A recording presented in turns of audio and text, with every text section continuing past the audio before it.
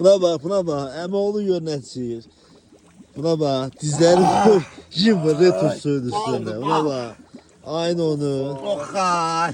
Bir eşlik gece. Buna bak. Beh. Adalaklar değil. Gör sana ne kadar boş değil. Beh. Allah.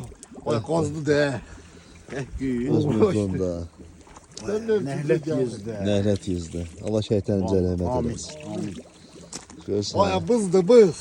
Saççiliyə bax, heç kim yoxdur. Turşu da, səhər aynı onu. Oy ağzımdan buxar çıkıyorlar. Beni kızım var. Komşu oradan aldı. Birazdan gələcək. Cibimde. Yolda Sen ihtiyatlı düşsen ha. Ay ben üşüyorum siz. Güzel kəndimiz. Hakkı değilsin. Vallahi Allah. Şuyursan hə? Küreğim Dedim bahını koyasın. Hə, səni Bərdədən gətirmişik. Bərdədən gətirib səni cənnətə salmışıq. Cənnətə. Dedim bahını koy oynasın. Cənnətə. Buna bax. Nəhlət yüzdə. Oha xeyir elə da. O neydi? Arpa En yeri. aşağısı gel burada 3 gün kalasın. Allah'ım olsun. Güneşe bak. Buranı səhər işıqlandı mı? Bura başqa yer. Bu dizlərimi qoyum yerə mən də seçəcəm ondan.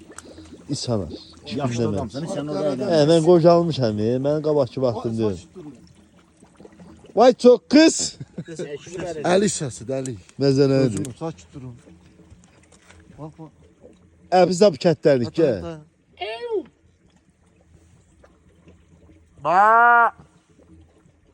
Sən səs gəlir. Güzelliği diri tutan Ay. adamlar. Bəri bax, ermən də o səs çıxardır ha. Nə deyirsən çıxar. Ana putulan verim ha görüm ana.